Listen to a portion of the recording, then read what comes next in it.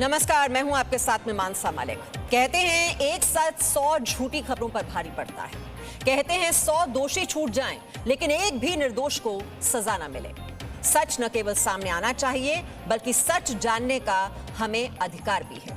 और सच हम आपको लगातार दिखा रहे हैं। और इस बीच जो बड़ी खबर हमें मिल रही है, सबसे पहले वो आपको बता दें। शाहीन बाग प्रदर्शन मामले में सुप्रीम कोर्ट का फैसला। सुप्रीम कोर्ट ने कहा है कि पब्लिक प्लेस पर अनिश्चित काल के लिए कब्जा नहीं किया जा सकता।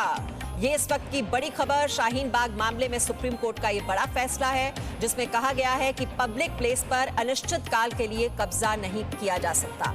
सुप्रीम कोर्ट ने कहा है कि सीएए के विरोध में बड़ी संख्या में लोग जमा हुए थे। रास्ते को प्रदर्शनकारियों ने ब्लॉक किया। जस्टिस कौल ने इस पर कहा कि सीएए को लेकर विरोध प्रदर्शन किया गया। हालांकि सीएए के खिलाफ कई याचिकाएं दाखिल हुई जो अभी कोर्ट में लंबित हैं। सुप्रीम कोर्ट ने कहा है कि मामले की सुनवाई के दौरान कोर्ट से अलग अलग फैसला दिया गया है। ये पूरे मामले को समझने की हम कोशिश करते हैं, क्योंकि सुप्रीम कोर्ट ने क्या क्या बातें कही हैं शाहीन बाग मामले पर, इसी को समझने की कोशिश करते हैं। हमारे सहयोगी राजू राज इस खबर पर और जानकारी के साथ हमारे साथ जुड़ गए हैं। शाहीन बाग मामले में बहुत ही बड़ा फैसला ये सुप्रीम कोर्ट का। सुप्रीम कोर्ट ने क्या अहम बातें कही हैं, राजू राज? देखिए, सुप्रीम कोर्ट के जस्टिस कौल ने इस फैसले को पढ़ते हुए कहा कि जो पब्लिक जगह है वहां पर इस तरह का अनिश्चित काल के लिए प्रोटेस्ट नहीं किया जा सकता है। जो आवागमन का रास्ता यानी आने जाने का जो रास्ता, उसे इस तरह से ब्लॉक नहीं किया जा सकता। कई ऐसे मामले हैं जो अभी कोर्ट में लंबित है और इस तरह को कहीं से भी अधिकार नहीं है कि आप आने जाने के रास्तों को रोक सकते हैं। आप बता दूं कि जब शाहीन बाग का धरना प्रदर्शन हुआ था तो लगातार मध्यस्थता करने की कोशिश की गई थी, जो इस पूरे मामले में विफल रहा था। और तमाम लोगों के बावजूद जो शाहीन बाग में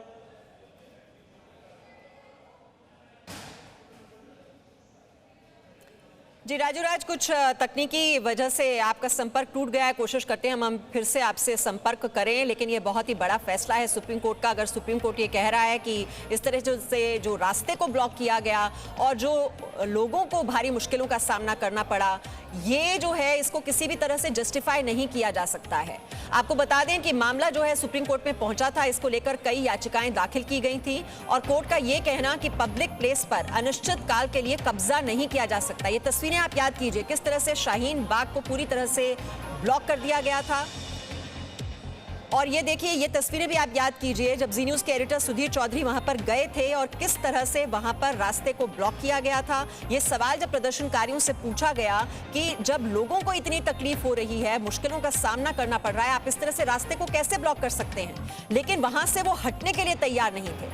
अदालत की ओर से कहा गया कि आप इस तरह से प्लेस को ब्लॉक नहीं कर सकते हैं, लेकिन ये प्रदर्शनकारी वहां से बिल्कुल भी हटने के लिए राजी नहीं थे। और उसके बाद ये कोरोना का जो संकट काल आया, उसके बीच भी हमने देखा कि वहां पर प्रदर्शनकारी इन हालात में भी वहां से हटने के लिए राजी नहीं थे। और किस तरह से ये पूरा का पूरा जो घटनाक्रम हमने देखा, इसमें किस तरह से विदेशी फंडिंग का खुलासा हमारी ओर से किया गया। लगातार हम आपको इससे जुड़े हुए किस तरह से पीएफआई का कनेक्शन भी इसमें सामने आया था, वो खबर भी हमने आपको दिखाई थी। राजू राज हमारे साथ हैं। राजू राज, सुप्रीम कोर्ट ने क्या क्या अहम बातें कही हैं इस मामले पर?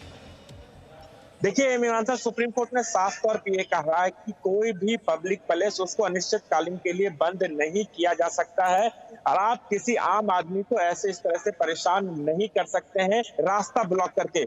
आवागमन का जो रास्ता है, आने जाने का जो रास्ता, उस पर इस तरह से आप धरना प्रदर्शन नहीं किया जा सकता। हालांकि कोर्ट ने यह भी कहा था इस पूरे मामले में कई मामले अभी लंबित है, लेकिन ये अधिकार नहीं है कि आप आम लोगों को रास्ता ब्लॉक कर कर परेशान कर सकते हैं। एक बड़ा फैसला, जिस तरीके से एक मध्यस्थता की टीम सुप्रीम कोर्ट की जब याचिका दायर की गई थी तो मध्यस्थता के लिए एक टीम बनाई गई थी और वो टीम लगातार वहां से प्रदर्शनकारियों से मुलाकात की और इस बात को जिक्र किया कि आप इस रास्ते को छोड़ दें। जो प्रोटेस्ट का जगह है वो बिल्कुल अलग हो सकता है, जहां से आम आदमी को परेशानी नहीं हो सकती। उसके बावजूद भी मध्यस्थता से कोई रास्ता नहीं निकला। इस पूरे मामले में आज जिस तरीके से सुप्रीम कोर्ट ने साफ तौर पर कर दिया है कि आप प्रदर्शन करने के लिए किसी आम आदमी को परेशान नहीं कर सकते, अनिश्चितकालीन के लिए किसी भी रास्ते को ब्लॉक नहीं कर सकते। तो एक बड़ा फैसला है। जिस तरीके से सीए और एनआरसी को लेकर सिर्फ शाहीन बाग ही नहीं, दिल्ली के अलग अलग 17 से 18 जगहों पर लोगों ने सड़कों पर धरना प्रदर्शन किया, सड़कों को ब्लॉक किया, जिससे आम आदमी को काफी परेशानियों का सामना करना पड़ा। आपने देखा होगा जब कोरोना काल था और जिस तरीके से ये बीमारी फैल रही थी, उस समय भी काफी अपील की गई थी पुलिस की तरफ से, जो स्थानीय लोगों की, आप इस रास्ते को छोड़ दें, लेकिन लोग वहां से हटने को तैयार नहीं थे। फिर जबरन पुलिस को वहां से लोगों को हटाना पड़ा इस जगह को। तो कहीं ना कहीं सुप्रीम कोर्ट ने काफी महत्वपूर्ण बात बोली है कि धरना प्रदर्शन आप कर सकते हैं, लेकिन ऐसे जगह पर नहीं कर सकते जहां से आम आदमी को इस तरह की परेशानी हो सकती है। जी, साथ ही साथ जो सुप्रीम कोर्ट की ओर से ये अहम बातें कही गई हैं कि इस तरह से आप रास्ते को ब्लॉक नहीं कर सकते। हालांकि शाहीन बाग का ये प्रदर्शन तो हो गया और ये मामला जो है वहां पर कोरोना की वजह से इनको वहां से हटना भी पड़ा, लेकिन आगे इस तरह के अगर विरोध प्रदर्शन होते हैं तो उसके लिए क्या फिर लिमिटेशंस होनी चाहिए, कहां पर ये विरोध प्रदर्शन हो सकते हैं? तो सुप्रीम कोर्ट की ये जो आज की जो ये निर्देश दिए जा रहे हैं वो बहुत ही महत्वपूर्ण हो जाते हैं राजू राज। निश्चित तौर पर मीमांसा, क्योंकि जिस तरीके से लोग प्रोटेस्ट करते हैं, अगर ये प्रोटेस्ट हर एक जगह पे, हर एक शहर हो चाहे देश के किसी भी हिस्सा हो, एक निश्चित स्थान होता है जहां पर प्रोटेस्ट करने के बाद किसी आम आदमी को वहां से समस्या नहीं होती है। लेकिन जब ये प्रोटेस्ट सड़कों पर उतरता है और अब सड़कों पर अनिश्चितकालीन के लिए धरना प्रदर्शन करते हैं, तो निश्चित तौर पर आम आदमी को काफी परेशानियों का सामना करना पड़ता है। शाहीन बाग में कुछ भी ऐसा ही हुआ था जब लोगों ने बीच सड़क को, जो ये शाहीन बाग का जो सड़क जो नोएडा और दिल्ली को साफ तौर पर जोड़ता था, ओखला का इलाका, फरीदाबाद का इलाका, यहाँ से आने जाने वालों को काफी परेशानियों का सामना करना पड़ता है। जो बच्चे स्कूल जाते थे उन्हें दिक्कत होती थी और इसको लेकर ही याचिका सुप्रीम कोर्ट में दायर की गई थी। बता दें कि अभी पूरा फैसला कुछ देर में आएगा। क्या सुप्रीम कोर्ट इसके लिए भी कोई गाइडलाइन जारी कर रही है कि अगर आप आने वाले दिनों में या फिर आने फ्यूचर में अगर कोई धरना प्रदर्शन होता है तो आप रोड ब्लॉक करते हैं तो आपके खिलाफ क्या कार्रवाई बन सकती है? क्योंकि सुप्रीम कोर्ट ने साफ तौर पे ये कह दिया है कि आप अनिश्चितकालीन के लिए या फिर किसी भी समय के लिए किसी भी रोड को ब्लॉक नहीं कर सकते। आवाजाही का जो साधन है उसको आप लोगों को परेशान नहीं कर सकते। और यही वजह है कि इसमें गाइडलाइन निश्चित तौर पे आएगा कि अगर आने वाले दिनों में इस तरह का धरना प्रदर्शन या कोई प्रोटेस्ट होता है उसके लिए क्या जगह निश्चित होनी चाहिए।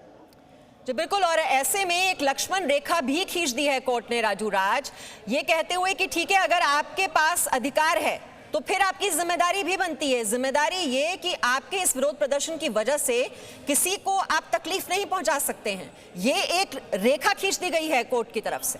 Presenting B News app available on Google Play and App Store. Download it now.